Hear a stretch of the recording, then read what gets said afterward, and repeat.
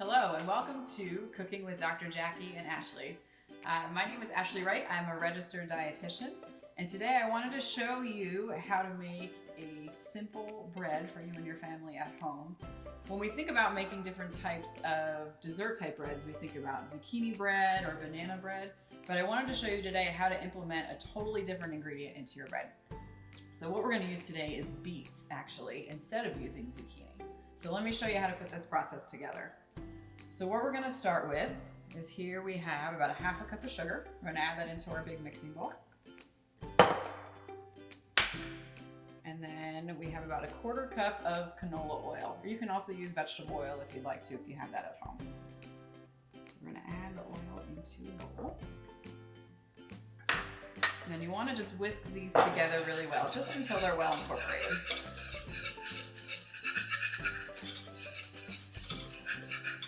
And as you're mixing things together, you can start getting your oven preheated to about 325. So next, what we're going to add into the mixing bowl is our eggs. So we're going to do one egg at a time. So we're just going to crack our first egg. And we'll go ahead and whisk that together.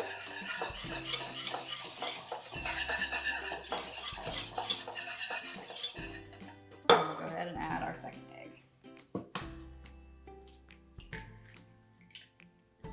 And if you're concerned ever about dropping shells into your mixing bowl, you can always crack your egg into a separate mixing bowl. So then you can fish them out if you need to.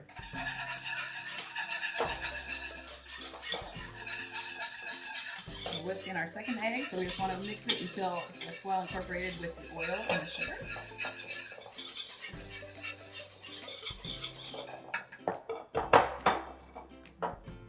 So next, what we're going to add into our sugar, oil, and egg mixture is our beets. So this, what I have here, these are grated golden beets. If you've never seen a golden beet before, I'll show you what it looks like. So this is what a golden beet would look like if you purchase it at the grocery store. When you cut it open, it has a nice, beautiful yellow color. And then you've also probably seen our red beets, or you may be familiar with the red beets that come in the jar or in the can. But fresh beets are so flavorful, especially when you roast them. You can just toss them with a little bit of olive oil, salt, and pepper, and roast them at 400 degrees for about 25-30 minutes. And they come out really sweet.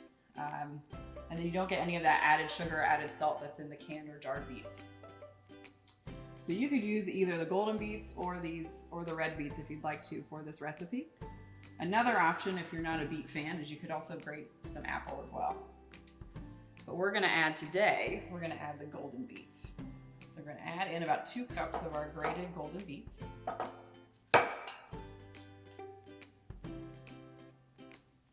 And then we're also going to add, for a little bit of brightness into it, we're going to add about 2 teaspoons of grated lemon zest. So we'll incorporate that next. And also 1 teaspoon of vanilla extract. So we'll put that in.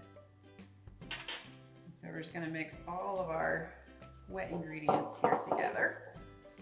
You can see that here. You got that nice, beautiful yellow color. And then next we have our dry ingredients. So what I have here is whole wheat flour.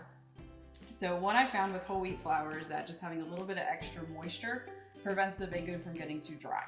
So when I grated the beets, I didn't remove any moisture from it. Some recipes, when you look at, like for zucchini bread, for example, some recipes will say to remove the moisture from the zucchini.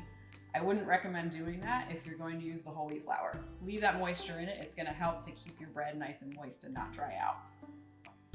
So I have about 1 3/4 cups of our whole wheat flour. And then here we have a combination of baking powder, cinnamon, and salt. So we're just going to add that into the flour. And then we'll just mix these up to make sure that our dry ingredients are incorporated before we add those back into the wet ingredients. And then we'll gradually add these here into your wet ingredients. So you can add just a little bit at a time and whisk it in.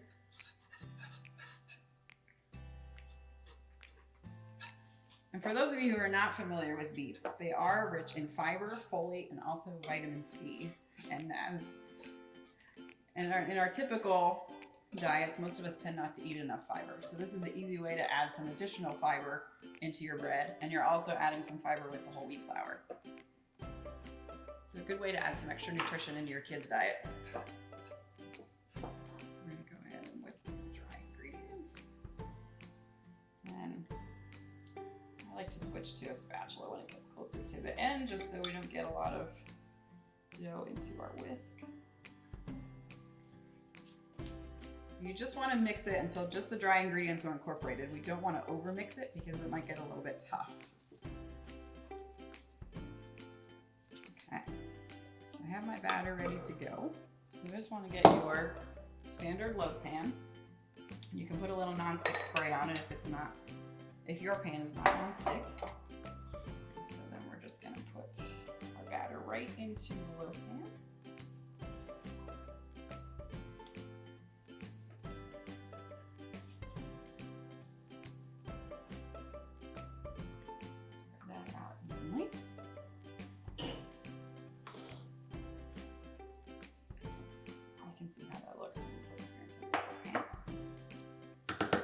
For another little extra burst of nutrition on the top of our bread, what I have here are chopped walnuts. I just mixed a little bit of cinnamon in with the walnuts. And you're going to sprinkle these right on top.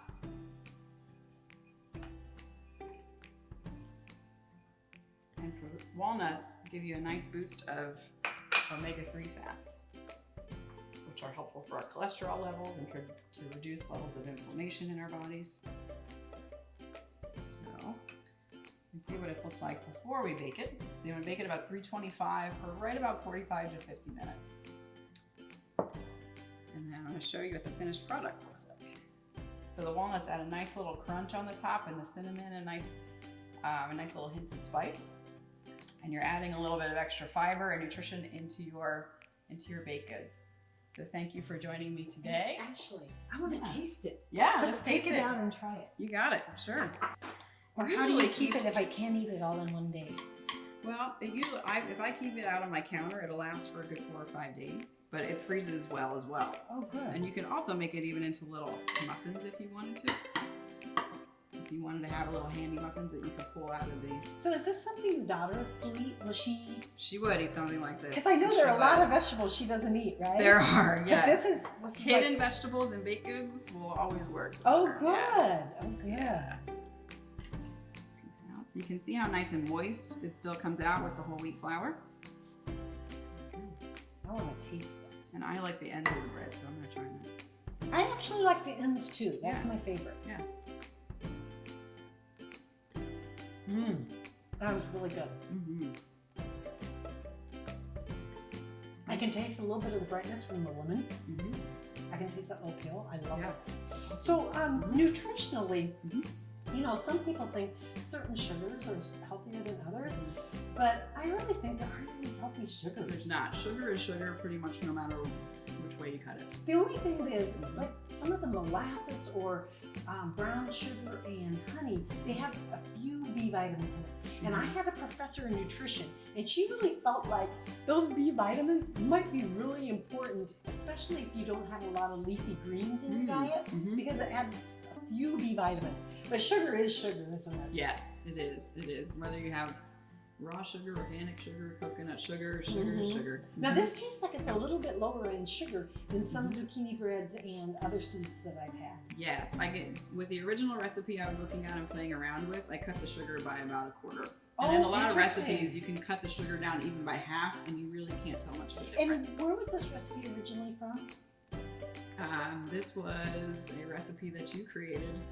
And I think that was probably, it was one of those recipes, it was probably about 30 years ago.